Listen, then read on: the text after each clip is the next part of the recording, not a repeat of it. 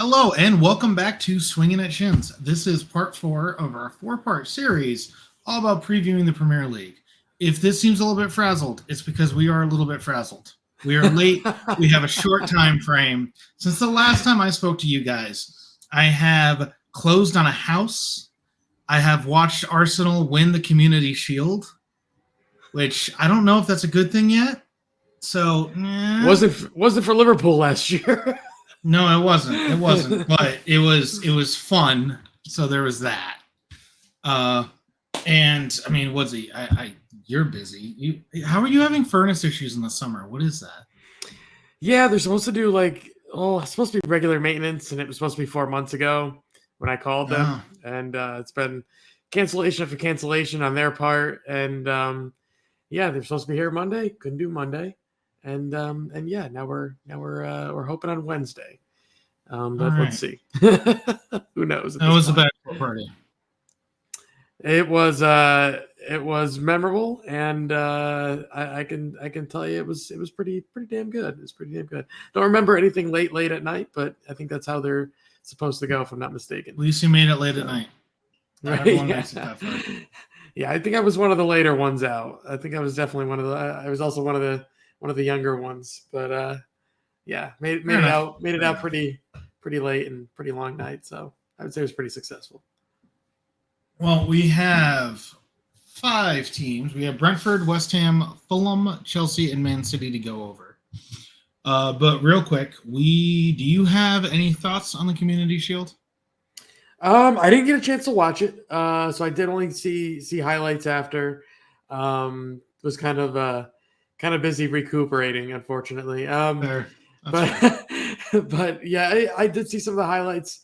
Overall, I mean, I thought the two teams, for the most part, were pretty evenly matched. I think I'm not going to read too much into a Community Shield game. I did that last year, and that kind of bit me in the ass. So, I'll kind of leave it be for now, and see where these two teams, end up when they first face each other. And what is that? I think 3 or 4 months from now. So, I'm not quite going to read too much into it as much as I have in the past.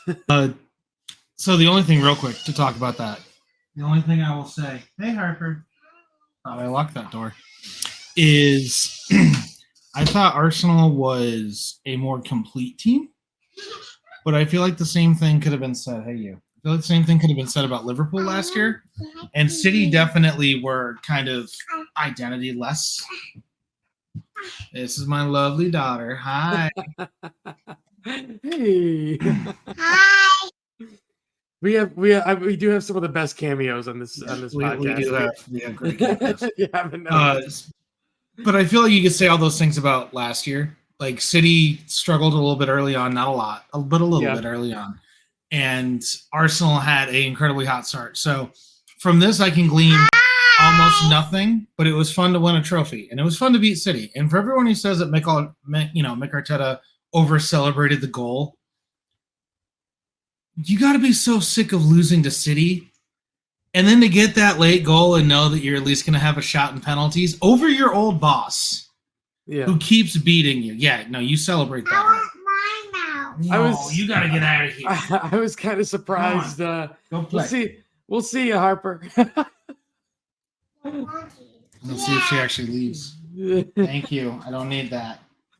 I don't blame. I mean, I don't blame them for celebrating. I get it. I mean, yeah, it's one of those rivalry games. That I think is, for the modern times, I think is going to develop into a rivalry just between the two coaches, if not the two teams. But I do think that Arsenal can step it up to another level. City can step it up to another level. It's just going to be a matter of, at what point in the season does City kick it in high gear? What point does Arsenal fold like they did a little bit late last year, and not kind of close it out when they needed to? We'll see. But I do think these are the top 2 teams probably in the title race right now, given just because of what they did in the summer with transfers coming in, and what with getting rid of bodies that they needed to, and then other teams around them just not strengthening to the point that they needed to compete. So I do think right now it's shaping up more for a 2-team race, possibly 3 teams. Maybe a month or 2 down the line once we see the window shut. But right now, I think, it's probably just going to be a 2-team race. Definitely, I think City is going to be a lot stronger. I don't think, I'll say it right now, I really don't think that Erling Haaland is going to have many games like that. I don't think Erling Haaland will have many games like that in the future where he's just non-existent. So I think that's an anomaly. I do think a lot of that was Arsenal have kind of figured out a little bit how to play him, and I also think a lot of that is he did this last year, and I'm not surprised. It's one of those. I made the joke with the City people. I made the joke with the City people. Community Shield 2023 champions. You'll never sing that. Of course, neither were we. So it doesn't matter. It's a friendly if you lose and a trophy if you win, and that's what it is. So, True. But yeah, I think a lot of it is this is almost exactly what we saw last year. And in fact, I think that an Arsenal team, not to take anything away from Liverpool, but I think an Arsenal team probably would have beat the way City showed up to the Community Shield last year too. Arsenal's team last year. So really, it's who's going to have the strength to keep this up. I think Arsenal's done a good job strengthening, but yeah, City's going to be able to turn it on. Yeah, I could see City easily, shaking this one off and starting out with a 4-5-0 win over Burnley in the first match. So I don't know if there's a way to really. I think if you're Arsenal, you can take a lot more out of this game than you are City. At City, I don't think you don't really mess around with this game. If you're Arsenal, I think you learn how to come. You prove that you will come back late, which is good. Something that Arsenal did do in the middle of the season last year. Mm-hmm. And on top of that, Arsenal was very, very good in the first half. And I think having a really good first half against an Erling Haaland City, again, no Kevin De Bruyne in the first half. So both of those guys on the field at the same time, that's going to be an issue. I'm not pretending it's not. But it's something to build upon. It's like it's when we beat Liverpool last year, that early goal, I think, meant so much because for the first time in forever against Liverpool, we played from being 1-0 up. I don't even remember the last time that had happened. And it's that same thing you can build upon it. While with City, we always end up on the back foot immediately. And it was nice to not see that. And I think that's what I take from it. It was nice to not see us on the back foot against City immediately. Yeah, and I'll tell you, just from experience, with battling City when City were really, at their peak over the last few years. That was the thing with Liverpool too, is can you get a goal up and can you maintain it? And that's where Arsenal's going to find out this year. Can they do that? Because that may end up being the title decider this year again. When you come down to City in the second half of the season, can you get that goal? Can you get ahead? And then how's your team going to react when City starts putting on the pressure? Because they're gonna. They're not going to have a game where they're not going to have insanely good scoring opportunities. It's just not going to happen. So yeah, I could definitely see them flipping, turn the page on this one and City kind of moving on and kind of do their thing. Well, we've talked a ton about City. Do we want to lead just directly into their segment right now? Yeah, let's get City out of the way. All right. So obviously, treble winners. They've now won 3 in a row in the Prem. Do we see it being 4? Yeah. There's. I think it's pretty simple. I don't see a Pep Guardiola team with the players that they have on the pitch. Yes, they did lose a couple guys here and there. I don't see a team this strong that just brought in probably the best young center back in the world, giving up a lot of goals. And I don't see Erling Haaland not scoring a lot of goals. So I think at the two ends of the pitch, they're pretty, as good as you could possibly get. The thing that is going to intrigue me is how does how does the revolution of this midfield kind of work? Is John Stones going to develop or, go into that permanent number 6 role? Does Rodri move a little bit forward? Does that, vacate that hole that Gundogan left? And where does Kevin De Bruyne kind of slide in? He's going to be probably same side of the pitch, trying to feed balls into Erling Haaland, sitting a little bit deeper in behind him. So I kind of am interested to see where that midfield transforms. I still think they got the best players. They got the best team. They got the best overall group of guys, which, when you spend probably $1 billion, you probably should. So I think last year was kind of that culmination. But yeah, I see them continuing again this year. I can't really say no to that. I'm interested. I think that there are places I can point to where I say this is not a for sure thing. I think that if you were an odds maker and you didn't have them as the favorites, you would be insane. I think Gvardiol is going to be amazing. Absolutely 100%. I think Gundogan leaving is going to affect them a lot more than a lot of people want to admit. I don't think it's a killing blow, but I think that that's going to be an issue. And the other thing is, and I do not wish injury on anyone, but Erling Haaland had one season where he wasn't injured all season, essentially, and it was last year. Yeah. Is he going to stay healthy again? Now, there's no reason to think he won't, but is he going to stay healthy again? And on top of that, it's incredibly hard to forfeit, and you just won the treble. But that being said, if there's a manager that is going to make sure that his guys perform, it's Pep. Pep always finds a way to make you perform. He's done this at every major team, at every major level. He can get everyone to come back year after year. So I don't think that there's going to be that treble hangover. I think that they're going to get right back to work. I don't know how much I like Kovacic in the midfield, especially for them. I don't think he's a good Gundogan replacement. I'm not saying that he has to be either. They have Kevin De Bruyne, who's like 3 attacking midfielders in 1. And Erling Haaland scores an incredible amount of goals. Apart from that, it'll be interesting to see where the João Cancelo things ends up. There seems to be some bad blood. I'm not going to call it a lot of bad blood. I have no idea. He has an attitude problem, apparently. And Kyle Walker also seems to want to leave, but not leave, but maybe leave. But I guess I'm going to stay. I have no idea what that's going to be.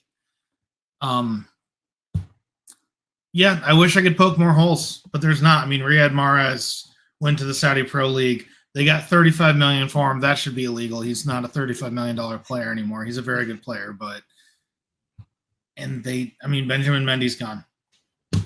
So what? He left unafraid. Apart from that, the only guy that they lost of any real note was Gundogan. Yeah, and that's I look into past teams that lost their leaders and stuff like that, and how they reacted, and it always comes down to the coach. It always comes down to the manager taking over and really forcing the new head of the leadership to kind of take charge and write their own chapter per se. And Pep Guardiola, I mean, is there really a better manager in the game? There's not. As much as I want to say Jurgen Klopp is, Klopp doesn't. I mean, yeah. Does it come down to the teams that they have available to them? Absolutely. But I see the way that Pep has revolutionized this City team. They're a juggernaut. They're a juggernaut. They're a modern day juggernaut, and that's just what they are. Jurgen Klopp is a very good manager. I don't have a single problem saying that. I like him a lot. Yeah, I believe. And I will say that Jose Mourinho is an incredible manager too. I don't think that there's anyone even close to Pep. And I understand. You look at the teams he's coached, he's managed. It's been Barcelona. It's been Bayern Munich, it's been Man City. Yes, he has had very good teams to coach, but you never know with the manager how much he made those teams. I mean, Thierry Henry was telling a story about how he didn't follow Pep's orders, scored a goal, and was sat for the second half because Pep wasn't going to let you get away with it. And especially when we talk about attitudes, and we're going to talk about this a lot in the Chelsea segment, but attitudes and egos and everything else, you get no ego with Pep. You get absolutely no ego with Pep. You're there because you want to win. And if you're not going to win, you're going to leave, which is why I don't even know if the João Cancelo thing's that big of a deal. It could have just been a little bit of a clash. But if you're not here to win, bye-bye. And you've seen other managers be able to do it, but Pep does it to the point where it doesn't even seem like he's ostracizing guys because you're always winning. Yeah, and I do wonder how much of it is a. We watched this happen in Liverpool last year. They were in 4 finals, and they came out really on the back foot. Winning a treble, you have to be somewhat tired. I don't know if it's going to matter because of how much depth City has, but it could it could be a possibility at least early in the season. I was thinking about that actually. I was thinking about the way that the comparisons and differences between the two events there, the City treble and Liverpool nearly 1 goal, 1 game away from a quadruple. And I think the fact that Liverpool didn't get the 2 biggest prizes was a kind of a knife in the back to what their chances were the next season. I do think that definitely did linger. With City actually taking, the 3 biggest prizes that they had at the start of the season and winning them, I mean, that right there's got to give you a boost that you can do it again. Like if Liverpool had won the Premier League, and Aston Villa didn't collapse against City the way they did. Yeah. I think Liverpool probably win the quadruple. I think they go in and they beat Madrid. And I think by that they probably stay at their peak with last season. I think they probably maybe they don't win it, but they're not they're not finishing 5th. They're definitely not. So I do think that this City having won what they won last year is a carryover. They'll carry that over. They'll take the momentum with them. And I don't think they've lost any of that swagger, even without Gundogan. They haven't lost the swagger that they had. They know their place, and I think that's where their pedigree will shine eventually later on in the season. I mean, the only thing with Gundogan leaving is not so much a leadership role. Mm-hmm. You talk about big name player. I mean, big game player. Just big game steps up. He always he makes goals happen when you need to have goals. He absolutely makes them happen. To a point, Rodri was starting to do that. We know Kevin De Bruyne can do that. And it's a maturity thing, which scares the absolute shit out of me because Holland's still on the wrong side of the maturity scale. Yeah. And who says he's not going to start doing that? Yeah. So while I think that City is going to have a lot more competition in the Prem and it's going to be harder in the Prem, I don't know. Like I said, I think the top 3 are set, and I don't know what order they're going to be. But if it's City on top again, no one's going to be surprised. I'll be a little bit angry, but I won't be surprised. In my opinion, I mean, I'll be honest with you. I think it's going to be City again, and I think it's going to be Arsenal. It's probably going to be Arsenal 2nd, Liverpool 3rd. That's how my top 3. I see them right now. If you tell me by the end of the summer window that these 3 teams stay the same, that's exactly the order I'm going to say they're going to finish in. And that's the other thing. You don't really know how we're going to end up just yet. Yeah, and then I listen.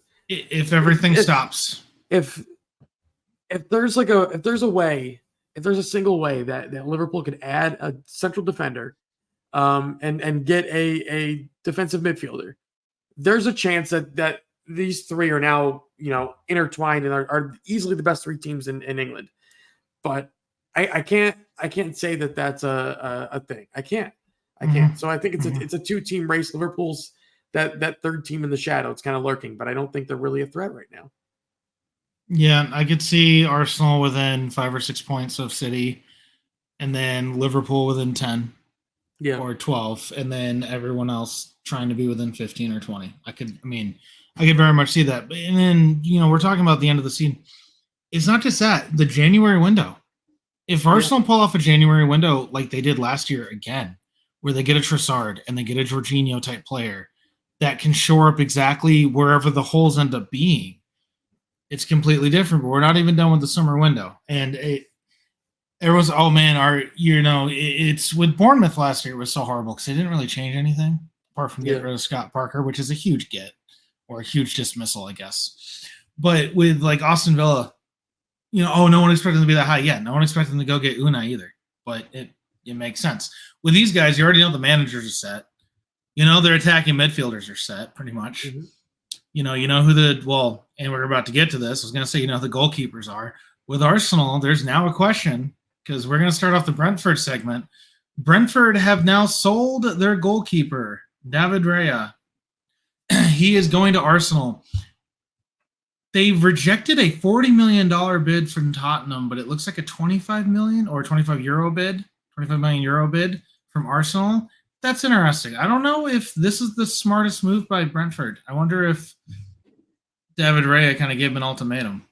You got to think there's something behind it that he either did or said, or maybe his agent, got his feet wet in there. I like the move a lot for Arsenal, to be honest with you. I think this is a big blow for Brentford because I now they have to make a move in the goalkeeper department. You see a lot of they went out and they got Mark Flecken. He's in the top 90th percentile on touches. He does a lot of long passes. He plays the way they want to play. I don't think he's necessarily as good of a shot stopper. That's where it comes down to. And you saw that at Freiburg. He wasn't great. Don't get me wrong. He's a great goalkeeper. Is he as good as Raya? I don't think so. I don't think he's quite there. I think this was a chance for them to kind of get that dominant force in a goalkeeper that they needed, like Raya. I could have seen them go after I'm losing it right now. Cleveland Kelleher from Liverpool. I would have thought that would be a perfect place for him. He's an elite shot stopper, decent with his feet. That's what I think they're gonna face a lot of shots. They're gonna face a lot of shots. Simple as. The defense there at Brentford isn't really the greatest defense. They're more of that sit back as far as you can and counterattack team. But you look at the bodies they have back there. There's nobody that's going to blow you away with their defensive abilities. It's a group. No, effort. I mean Nathan Collins coming in, I think, is a good buy. Yep, coming in from Wolves. He's 22 years old. He's 6'3". He's going to help out immensely with set pieces. It's not enough for me to stake my Premier League claim. Yeah. I mean, Thomas Frank is a very good manager, but you're talking about a team that's going to be Ivan Toney-less. Ivan Toney accounted for more than a third of their goals, and they're not going to have him till January. Yeah. If they're not careful, this could go really sideways really quickly. They're putting a lot of it on Mboma. That's the guy that they're going to say, listen, man, take us to another level. It's going to be on you.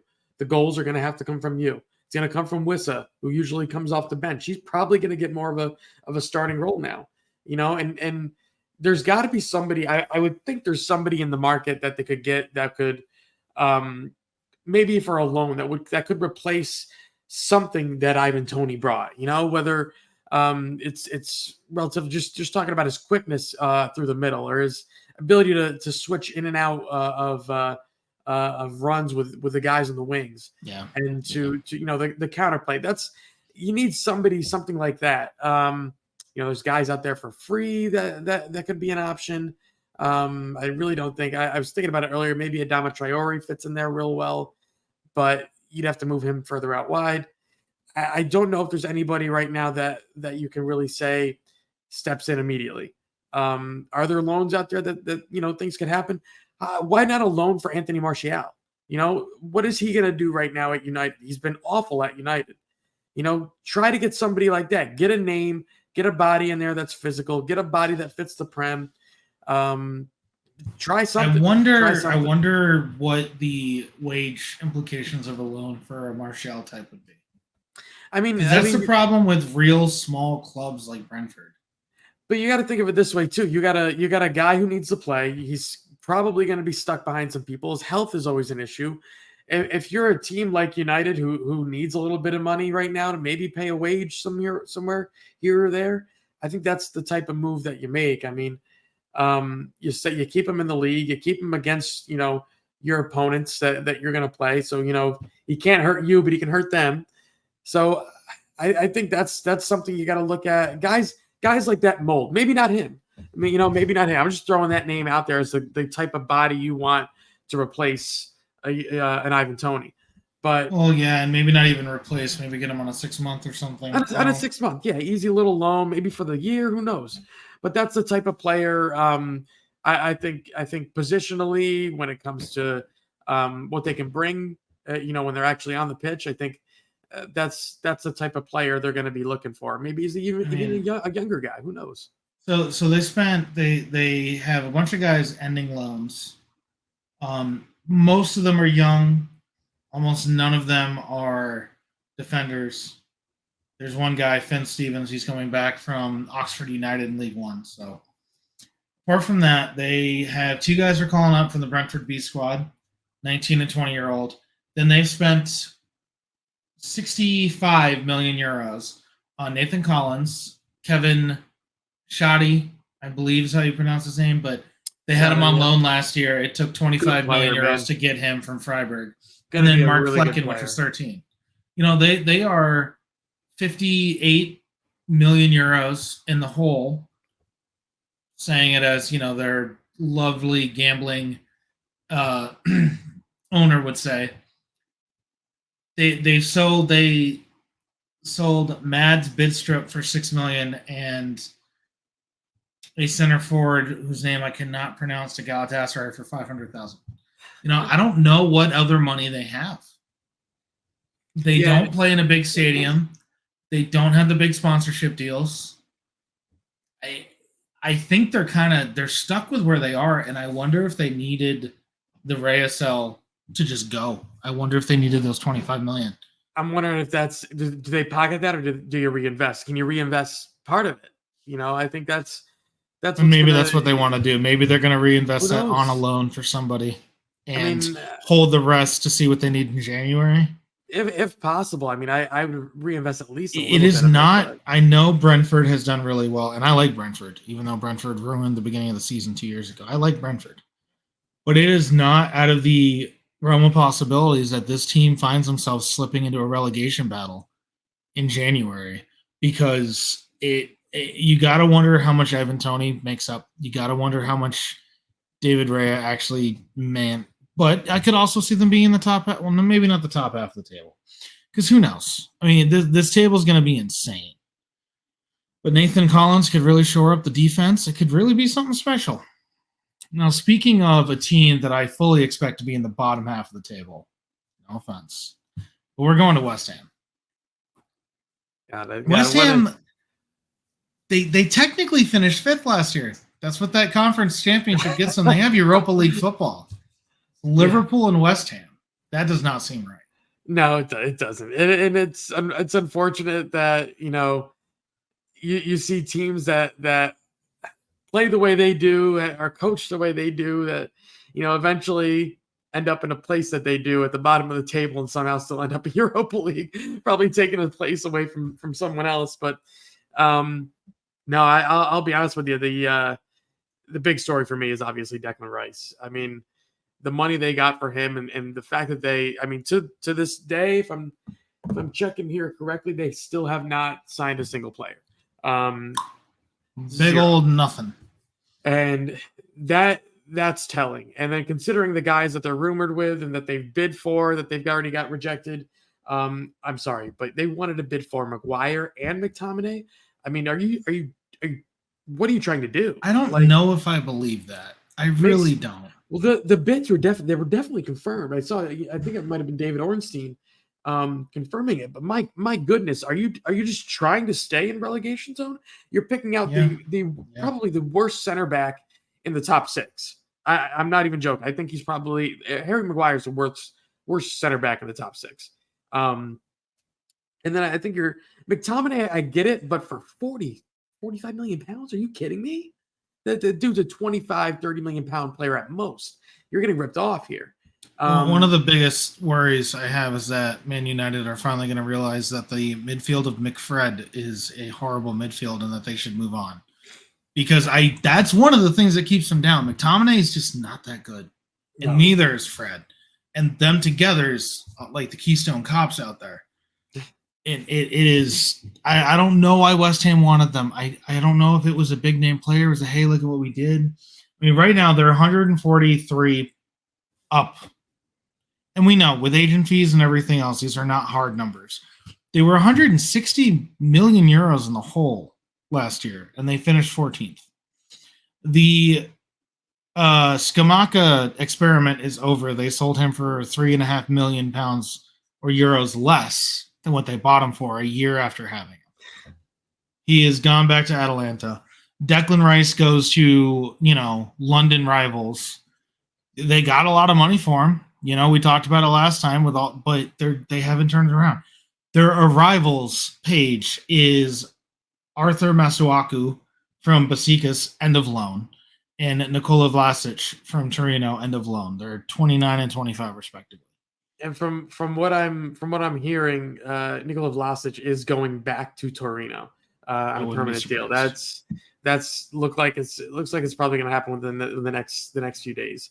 So that Lanzini has gone on a free transfer to River Plate. I'm not exactly sure.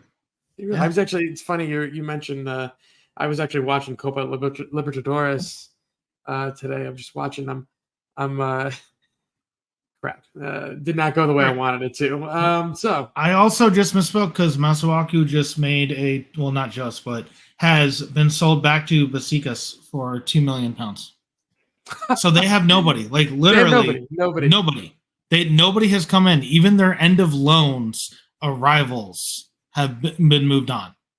And here's the thing. I mean, look at the money that they've spent in recent windows, and it hasn't been spent good. So the trend you're seeing with David Moyes is I'm letting go of a bunch of guys. I don't care if they're good or not, but I'm not going to bring in anybody that's good. Even when I get an influx of £105 million for one player, I'm not going to pay anybody for it. I'm not going to get anybody for it. No, he brought in Thilo Kehrer.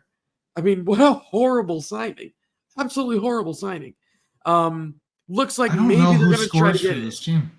Right? I mean, I don't know. I mean, the midfield. I mean, with Edson Alvarez, looks like he might be the first guy coming in if they can strike a deal. Looks like the rumors are that stuff might be out there on that one. That West Ham's really pushing hard for that one. But my goodness, I mean, if you're trying to get McTominay and Harry Maguire for 70 some odd million pounds, you're absolutely out of your mind, and you think that's going to work out. They're going to be back in relegation. There's no way around it. So I almost wonder if they're preparing for the drop. I don't think they are. I really don't think they are. I think what they're trying to do and what their transfers make me think they are. Their transfers are horrendous. But I think what they're trying to do is they're trying to get quantity instead of quality. And I think with that also comes the fact that I don't think their sporting director is really I don't think he really wants to put David Moyes in a good situation. I don't think. Well, they got quantity over quality last year. That is true. They did get quantity. When you're spending £12 million on Danny Ings, you're going for quantity instead of quality. That's true.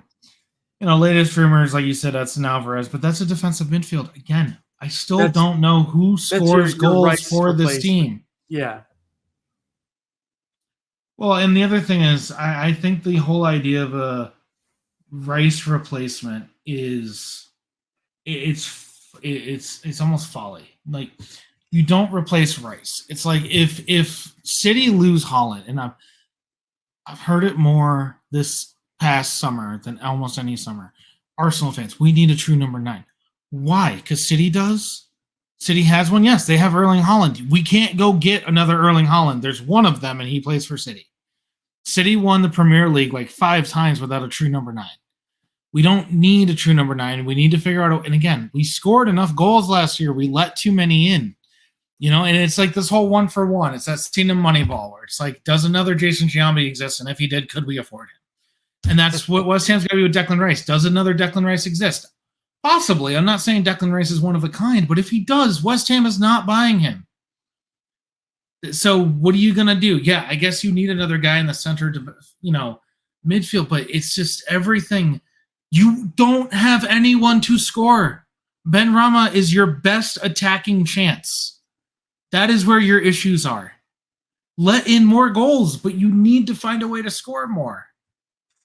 I think their best chance is finding guys, especially when it comes to strikers and wingers that want out of the club that they're at. That's where I think the majority of their buys late in the window. You know what actually makes a lot of sense? This is where Martial should go. Yeah. That actually makes a lot more sense. Not to keep bringing him up. And if I'm not mistaken, didn't he play for Moyes? I think he did. I think he's been there for that long. I think he's been there for that long. Seems like that might make him not want to go. I don't know. Yeah. He might say, "Nah, never mind." Moyes is gonna be there. No, I'm out. I don't want to be there. I don't know. Even the nothing makes sense with this whole thing. And Lanzini, who I thought was one of their actual better players. I think I'm also curious if, yes, they won a European Cup. I'm not saying they didn't. They won in Europe, and that is not an easy task. But it is the Mickey Mouse Cup of European Cups. And I think that might have messed with them a little bit. Yeah, I could see where, they kind of did give this last season like the last hurrah for Declan Rice and really for what this club was or is transforming into. I think they're kind of, you're right. Maybe they're not on the downslope, but they've peaked and they're not going any higher. That's how I'll leave it. They're not going to get any better without Declan Rice. They're not going to get any better with the way they're spending the money they got for Declan Rice. And to be honest with you, David Moyes is probably one of the bottom 5 managers in the Prem. So he's one that I'm going to tell you right now, he'll be lucky if he gets to Christmas. Yeah, that's true. That's true. Now, speaking of, moving on to our next team, another London team. And guys you cannot replace. I don't know. There's not a 1-for-1 replacement for Alexander Mitrovic. maybe in some of like the Eastern European hockey leagues, but not in any football leagues that I know of. Are we just talking for physical altercation? Yeah, from physical altercation. He makes goals by forcing physical mistakes because he's so big, he'll body you off the ball without it being a foul. Yeah. It's a skill set. It is a skill set to have, and it's very good. I don't know anyone else who does that. Lukaku's big enough, but Lukaku doesn't use his body the way Mitrovic does. Yeah. But Mitrovic wants out, and Raul Jimenez from Wolves is in. So that, and that is like not going to be training. He's still Mitrovic's still training with them. So maybe he's given a little bit of rope there for the club to kind of hang on to and see if he stays. The Jimenez one, man, I don't get that. I see where they're trying to go just in case he leaves, but that transfer makes no sense to me. Even with the fee as small as it was, not much really intrigues me. I think it still I think it makes a little bit of sense because I think they want to be a little bit more. They're very one-dimensional up top, and why Raul doesn't give you a lot of dynamicism, he does change the way you can play. And B, even if you do hold on to Mitrovic, you're going to hold on to him for one more season anyway, although Raul Jimenez is 32. But B, what happens with injuries and red cards? And Mitrovic has a hot head. And it's just, I feel like for 6.4, all right, let me put it this way. I think it makes a lot more sense if they had gotten more than him and a center back from Ajax. But that's been what they've got. Everyone else has been end of loan or a Fulham B team. And that's it. They also haven't sold anybody. The 4 guys have left on free transfers. Sessegnon is without a club. Well, Solomon, I think, did Solomon go to Tottenham? Go to Spurs? Might be the only guy, maybe. I remember, I think we brought that up about Spurs. Shane Duffy went to Norwich on a free. Joe Bryan went to Millwall on a free. Paulo Gazzaniga, the one of their backup goalkeeper, went to Girona. Yeah. Cabana went to UAE Pro League on a free. Sessegnon is without a club at 23 years old. I'm pretty sure Manor Solomon went to Spurs. At least if my recollection. Manor Solomon went to fail me. Shakhtar He on a came, loan. Oh, I think he came his from loan Shakhtar. ended. His loan ended. He may have been sold to Spurs. Yes, That's probably what happened. I know. Cedric Suarez went back to Arsenal. I think he's going right back to Fulham. I'm serious. I think they're going to buy him. I don't think it's official yet, but I think that's what's going to happen. That wouldn't surprise me. He does not have a spot. He's behind Timber and Ben White and Takahiro Tomiyasu. Does he have a spot at Fulham? I mean, he's behind Kenny Tete. He's not going to play on the left-hand side. That's where he is the wrong side of 30. Yeah.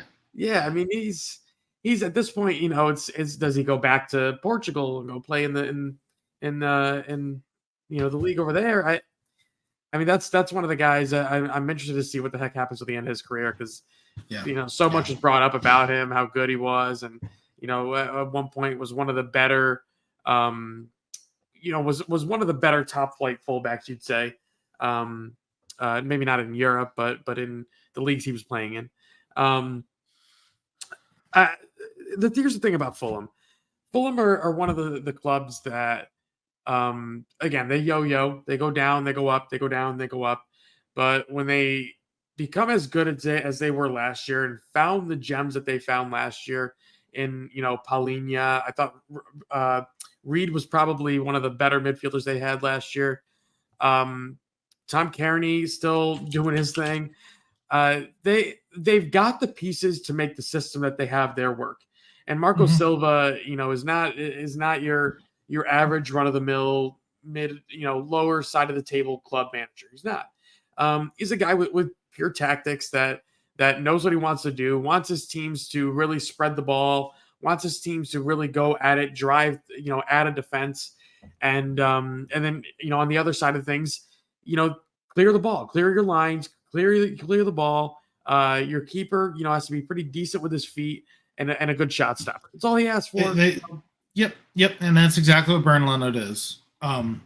They went out, they got the right Americans in Timmy Ream and Anthony Robinson, as opposed to, unfortunately, the wrong Americans that played for Leeds last year. I love them. Don't get me wrong, but we might be talking about one of them in a second. Yeah, we might. Marco Silva is very much a sums greater than the whole of its parts type of player. Willian playing as good as he did, I don't think anyone saw that coming. Yeah. I don't know if he'll be able to do it again, but maybe. And I think they're kind of hoping that Raul Jimenez can be that this year. Be a guy that they see something in that they think that they can get more out of than other people have been able to get. I don't know. Since that injury, I also don't know what's going on at Wolves. I think Wolves is just kind of giving everyone up. I know that you guys already discussed Wolves, but Jimenez is gone. Traore's out the door practically. Who was he? Collins was a Wolves signing, and now Lopetegui is mutually gone. Yeah, because he's pissed that they're not spending any money. I think Wolves is just preparing for the drop. And it's funny. I think that preparation started last year, and then I think they saw that opportunity in January to maybe see if they can salvage it for the next year or two. Getting Andre Gomez, making sure Mateus Nunes is developing, and my goodness, I don't know what that club is trying to do. Nothing makes sense. And that's you look at Fulham. Fulham are those two teams should be neck and neck with each other. That's right where they should be. If you given the finances they have, given the coaches that they have or had, and given the players that they have on the pitch, they should be almost neck and neck. And right now you got one club that's trying to stay where they are and another one that's basically holding on for dear life, and that's what Wolves are. So Fulham, I think this is going to be an interesting season for them. Do they regress? That's what I think we need to see. Will they regress? Was last season a kind of a flash in the pan? I think Fulham has to regress. For me, the question is not do they, it's how much do they? Yeah. Do they end up on the wrong side of the table? or do they end up on the wrong side of the relegation battle? And I honestly, I don't know. A lot of people think that the relegation battle is set in stone. We thought that last year with Bournemouth. True. I don't know anymore. And I'm not saying that Fulham's gonna. I think that Fulham's good for 13th, 12th, 11th in that area. I could see them going 14th or 15th. I don't really see them dropping below 15th. But again, that's going to be more of a look at the crap teams below you, and not so much a you earn that spot. Yeah, and going back to the Wolves point real quick, it seems to me like Wolves are on the verge of being the Southampton of last year or of this coming year. They really are. They're the team you really you kind of forget about. They're still there, but they got some decent players, and the coach was pretty decent to start the season. Now they don't have a coach. Who knows what can go on there? But that's bad time to get rid of the coach. All right, on to the last team that we're going to talk about before we get to preseason, before we get to the season proper. Chelsea saved. Will probably be my favorite team to talk about again, just because it is. They bought everybody under the sun last year. They finished 12th, so you can't just needlessly buy. You got to buy good guys. Yeah. They fired Thomas Tuchel. They hired Potter. They fired Potter. Lampard was a caretaker again. I don't know if caretaker is the right word, but hey, they didn't get relegated. And now they hired Pochettino. Now, Pochettino did very, very good at Spurs. There's a couple second place finishes. There was a Champions League final. I don't know if he's going to translate to Chelsea. I don't know if he's going to translate with all the egos that they have. There's a lot of egos in that dressing room. He seems to already be ostracizing players, which almost makes sense. There's going to need to be a culling. There's too many guys. We're going to need to get rid of people. But now you have this whole Romelu Lukaku. He doesn't want to be there. Poch doesn't want him. They want Vlahovic. They want Lukaku plus 35 million for Vlahovic. I don't know what's going on with the whole Juventus thing. Pulisic has gone to AC Milan. I mean, it takes an hour to read all of their arrivals and departures. Nkunku is here. That was a $60 million buy from RB Leipzig. I think it's a good buy. I don't know if it's what they need. I know N'Golo Kante is now in the Saudi League. I understand that he was getting old, but they looked like a different team last year when he was playing versus when he was not playing. We talk about leadership roles, and everyone's talking about Declan Rice leaving West Ham. I don't know who is Conte for Chelsea right now. Or Azpilicueta, for that matter. Even that is true. Else. Or Azpilicueta. So to jump on the Nkunku train here, I loved him when he was at Leipzig, but he's now out for 4 months with a knee injury. Just had surgery this morning, so that's an even bigger blow. So now you're looking at Nicholas Jackson to kind of lead your line for the majority of the first half of the season. So that there's a lot of new things going on at Chelsea. A lot of good, a lot of bad, a lot of shit. Stuff they got to figure out. And a lot that you just don't know. You just don't know. It's the most unknown team I think in the Prem right now, because with the talent that they have, they can be so good, so good. But I think we're going to see dueling 5-0 wins. We're going to see dueling 5-0 wins and 5-0 losses all season from this team. I really think we are. Yeah. And Kai Havertz is gone to Arsenal. They got good money for him. Yeah. Personally, I love the deal. I think it's great. I understand why people have reservations. I think it was misused at Chelsea for a long time. Mason Mount goes to United. You know that. Kai Havertz goes to Arsenal. Mount goes to United. Kovacic goes to City. If you're a Chelsea fan, you got to be pulling your hair out with those 3 transfers. That's got to drive you absolutely crazy. Koulibaly's gone to the Saudi League. Pulisic has gone to Milan. Mendy's gone to the Saudi League. Loftus-Cheek's gone to Milan. Conte's gone on a free. Azpilicueta's gone on a free. I don't think they're going to miss Aubameyang. I don't think he did anything for them, but he's gone now. I don't know who does anything on this team. I don't think that they're necessarily going to be bad, and I think Poch could do a good job of getting them together. But if this team finishes 12th again next year, I'm not surprised. If this team finishes 4th again next year, I'm not surprised. I don't know what to make of this team. I think the people thinking that they're shoo-ins for top 4 are crazy. Yeah, I could see.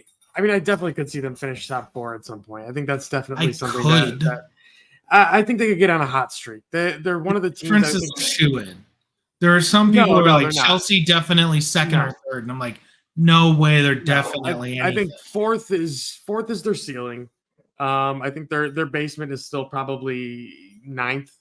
I think they can still be that bad considering how good I think a lot of other teams are going to end up being. The thing about Chelsea is they're all over the place right now. I do think Pochettino is better off as manager of them than a lot of other guys. I do think he's pretty capable of doing a good job there. The one thing I'm interested in is what they're trying to look for in this squad, because you got a lot of young guys, a lot of youth on this squad. No out and out veteran to really push the team and lead them in a certain direction. Is Raheem Sterling really that guy? Because I mean, he might be your most senior player on that squad right now, if I'm not mistaken, or outside of Thiago Silva, who's might be 100 years old. But I don't really know the direction. I'm confused by the direction. It seems like they want to just compile all this talent and compile all these young players and see which ones work best, and hopefully and it's not just about compiling talent. It's never been just about compiling talent, but that seems exactly that seems to be what they want to do. They've done it before, and it hasn't worked. So and then the weird thing I saw this morning is the fact that they gave half their squad new squad numbers 5 days before the season starts. How weird is that? How could you do that? Like, to your fans, everything they do is weird. Everything they do since Todd Bowley took over. The other thing I'm a little bit curious about is one of the reasons why Pochettino fell apart at Spurs is because he had his 11 guys. Yeah. And they played every match. And if he tries to do that again with this Chelsea squad, you're going to have 20 other guys who are pissed that they're not getting any playing time. Yeah. But what did he do? What did he do at Spurs? He got rid of the guys that were causing issues, and he's trying to do that now. I give him credit. He's trying to do that now. He's trying to make it a lighter note around that club, and try to make them not be the Chelsea of old, per se, the under the Conte Chelsea, the Mourinho Chelsea. It's going to be a Chelsea that won a bunch of trophies. Wow, yeah, and I understand you want to be your own club, but that almost doesn't make sense to me. Anyway, that is going to be it for the preview of the show. The Premier League is back. In fact, when you're listening to this, if you're listening to it on Friday, which is probably when it's going to come out, Premier League's back 3 p.m. Eastern. Burnley gets a welcome to the Premier League moment with Man City. Do you think Pep takes it easy on Vincent Kompany? No, especially after just losing out another trophy. Then we got Arsenal at home against Nottingham Forest for the 7:30 a.m. game. I am so excited. Your 10 o'clock games on Saturday are Bournemouth hosts West Ham, Brighton Hove Albion hosts Luton, Everton hosts Fulham, Sheffield United hosts Palace, and Newcastle hosts Villa at 12:30. Brentford has Tottenham at 9 a.m. Chelsea have Liverpool at 11:30 a.m. That's going to be a very interesting match. And United have Wolves at 3 p.m. on Monday. Neither team in that Chelsea-Liverpool matchup at number 6. So we'll see. The game might be 5-4 at the end. There will not be a lot of pivoting going on. I can tell you that. Not a lot of anything in that midfield really going on outside of maybe scoring. All right. I think that's it. It is getting late. We need to go do adult things. One of these days, I don't know if you've noticed the title of this. One of these days, you are going to record an outro. I have one, and Aaron has one, and we need you to have one. And it's going to happen, but it is not this day. This day, we're too busy. So I'm going to go cook dinner. How about that? Yeah, that sounds good. Hello, everyone. Thank you very much for listening. Links for anything that you could be interested in, whether it's the YouTube channel, our podcast links, our social media links, everything's in the description below. Thank you very much for listening.